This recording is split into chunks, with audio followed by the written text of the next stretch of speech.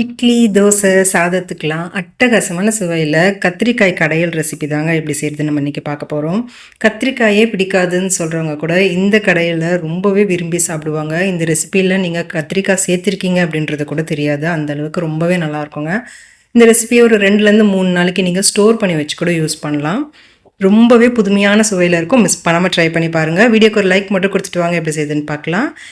இதுக்கு முதல்ல ஒரு பேனில் 2 டீஸ்பூன் அளவுக்கு எண்ணெய் சேர்த்துக்கோங்க. எண்ணெய் லேசாக சூடான பிறகு 2 பெரிய சைஸ் வெங்காயத்தை இது போல் நறுக்கிட்டு சேர்த்துக்கோங்க. இந்த துவையலுக்கு நீங்கள் சின்ன வெங்காயம் சேர்த்திங்கன்னா ரொம்பவே சுவை நல்லாயிருக்குங்க. சின்ன வெங்காயம் சேர்க்குறதா இருந்தால் ஒரு 25 சின்ன வெங்காயம் சேர்த்துக்கோங்க. இது கூட ஒரு 10 பல் பூண்டு சேர்த்துக்கோங்க. இந்த ரெசிபிக்கு பூண்டு அதிகமாக சேர்த்திங்கன்னா சுவை ரொம்பவே நல்லாயிருக்கும். அடுத்து 2 பச்சை மிளகாயை இது போல் கிள்ளிட்டு சேர்த்துக்கோங்க. இப்போ மீடியம் ஃப்ளேமில் வச்சுட்டு நல்லா வதக்கி விடுங்க. வெங்காயமும் பூண்டும் நிறம் மாறி நல்லா ஒரு லைட் கோல்டன் கலரில் வர வரைக்கும் வதக்கி விட்டுக்கோங்க. பாருங்கள், இந்த அளவுக்கு நிறம் மாறி வந்த பிறகு 3 பழுத்த தக்காளியை பெருசு பெருசாக இது போல் கட் பண்ணிவிட்டு சேர்த்துக்கோங்க. 2 வெங்காயத்துக்கு 3 தக்காளி சரியாக இருக்கும். இது கூட ஒரு சின்ன நெல்லிக்காய் சைஸ் அளவுக்கு புளி சேர்த்துக்கோங்க. புளியை அதிகமாக சேர்த்துட வேண்டாம், அப்புறம் புளிப்பு சுவை ஜாஸ்தி ஆகிடும். அடுத்து 2 கொத்து கருவேப்பிலையை சேர்த்துக்கோங்க. இப்போ இதை நல்லா வதக்கி விட்டுக்கோங்க. தக்காளி ரொம்ப குழஞ்சி வெந்து வரணும்னு அவசியம் கிடையாது. லேசாக சாஃப்டாகி வரணும். தக்காளி சீக்கிரமாக வேகிறதுக்காக உப்பு சேர்த்துக்கோங்க. 1/2 டீஸ்பூன் அளவுக்கு நான் சேர்த்துருக்கேன். உங்களுக்கு தேவையான அளவுக்கு நீங்கள் சேர்த்துக்கலாம். இப்போ கைவிடாமல் ஒரு 2-3 நிமிஷத்துக்கு இது நல்லா கலந்து விட்டுக்கோங்க. பாருங்கள், இந்த அளவுக்கு தக்காளி கொஞ்சம் வெந்து வந்துச்சுனாலே போதும். இந்த ஸ்டேஜில் ஒரு 5 கத்திரிக்காயை பொடியாக நறுக்கிட்டு சேர்த்துக்கோங்க. நீங்கள் எந்த கலர் கத்திரிக்காய் வேணாலும் சேர்த்துக்கலாம், உங்கள் விருப்பம்தான்.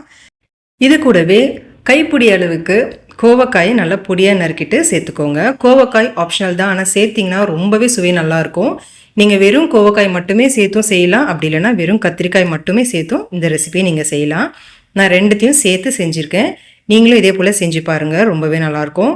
இப்போ இதை நல்லா ஒரு முறை கலந்து கொடுத்துக்கோங்க. கலந்து கொடுத்த பிறகு காரத்துக்கு 1 டீஸ்பூன் அளவுக்கு வெறும் மிளகாய் தூள் சேர்த்துக்கோங்க. உங்கள்கிட்ட வெறும் மிளகாய் தூள் இல்லைன்னா குழம்பு மிளகாய் தூள் 1 டீஸ்பூன் அளவுக்கு கூட சேர்த்துக்கலாம். அடுத்ததாக 1 டீஸ்பூன் அளவுக்கு மல்லித்தூள் சேர்த்துக்கோங்க. இப்போ ஒரு 1/2 கப் அளவுக்கு கொத்தமல்லி நல்லா தாராளமாக சேர்த்துக்கோங்க. அதிகமாக கொத்தமல்லி சேர்த்திங்கன்னா சுவை நல்லாயிருக்கும். இப்போ மசாலா எல்லாம் நல்லா கலந்து வர மாதிரி ஒரு 2 நிமிஷத்துக்கு கைவிடாமல் நல்லா கலந்து விட்டுருங்க. இந்த துவையலில் கத்திரிக்காய் ரொம்பவே சீக்கிரமாக நமக்கு வெந்து வந்துடும். ஆனால் கோவக்காய் அவ்வளோ சீக்கிரத்தில் வேகாது. அதனால தான் நம்ம பொடியாக நறுக்கிட்டு சேர்த்துருக்கோம். பெருசு பெருசாக கட் பண்ணாமல் இது போல் பொடியாக நறுக்கிட்டு சேர்த்திங்கன்னா ஒரு 5லேருந்து 6 நிமிஷத்துலேயே வெந்து வந்துடும். இப்போ இது நல்லா கலந்து கொடுத்த பிறகு 3/4 கப் அளவுக்கு தண்ணி சேர்த்துக்கோங்க. நீங்கள் கோவக்காய் சேர்க்குறதா இருந்தால் மட்டும் தண்ணி சேர்த்து வேக வைக்கலாம். வெறும் கத்திரிக்காய் மட்டும் சேர்க்குறதா இருந்தால் தண்ணி லேசாக ஒரு 1/4 கப் அளவுக்கு தெளித்து விட்டுட்டு கலந்து விட்டுட்டு வேக வச்சுக்கலாம். இப்போ இது நல்லா கலந்து கொடுத்துட்டு மூடி வச்சுடுங்க. மிதமான தீயில் ஒரு 5லேருந்து 6 நிமிஷத்துக்கு வேகட்டும். இடையில் கலந்து கொடுத்துட்டு இருங்க. இப்போ வேக வச்சு ஒரு 3 நிமிஷம் ஆயிடுச்சு. பாருங்கள், கோவக்காய் ஒரு பாதி அளவுக்கு நல்லா வெந்து வந்திருக்கு. ஒரு முறை நல்லா கலந்து கொடுத்துட்டு மறுபடியும் மூடி வச்சுடுங்க. மொத்தம் ஒரு 6 நிமிஷம் நான் வேக வச்சு எடுக்கிறேன். இப்போ பாருங்கள், கோவக்காய் கத்திரிக்காய் எல்லாமே ரொம்பவே சாஃப்டாக நல்லா வெந்து வந்திருக்கு. இது ஒரு முறை நல்லா கலந்து கொடுத்துட்டு ஸ்டவ் ஆஃப் பண்ணிவிடுங்க. இப்போ இதை நல்லா ஆற வச்சுட்டு மிக்சர் ஜாருக்கு மாற்றிக்கோங்க. இப்போ தண்ணி எதுவும் சேர்க்க வேண்டாம். இப்போ இதை கொரகொரப்பாக அரைச்சி எடுத்துக்கோங்க. ரொம்ப நைஸாக அரைச்சிட்டிங்கன்னா ரொம்ப வழவழப்பாக இருக்கும், சாப்பிட நல்லா இருக்காது. இந்த அளவுக்கு கொஞ்சம் கொரகொரப்பாக பல்ஸ் மோடில் 2-3 பல்ஸில் அரைச்சி எடுத்திங்கனாலே போதும். இப்போ இதுக்கு தாளிப்பு கொடுத்துக்கோங்க. கடாயில் 2 டேபிள் ஸ்பூன் அளவுக்கு எண்ணெய் சேர்த்துக்கோங்க. எண்ணெய் சூடானதும் 1/2 டீஸ்பூன் அளவுக்கு கடுகு, 1/2 டீஸ்பூன் உளுத்தம் பருப்பு சேர்த்துக்கோங்க. உங்களுக்கு விருப்பப்பட்டால் நீங்கள் கடலைப்பருப்பு கூட ஒரு 1/2 டீஸ்பூன் அளவுக்கு சேர்த்துக்கலாம்.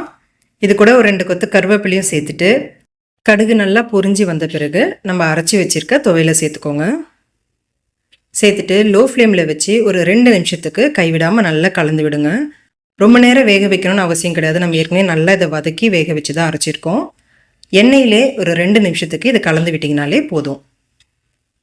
இப்போ ஸ்டவ் ஆஃப் பண்ணிவிடுங்க. அவ்வளோதாங்க, அட்டகாசமான சுவையில் இருக்கும். மிஸ் பண்ணிடாதீங்க. கண்டிப்பாக உங்கள் எல்லாருக்கும் ரொம்பவே பிடிக்கும்.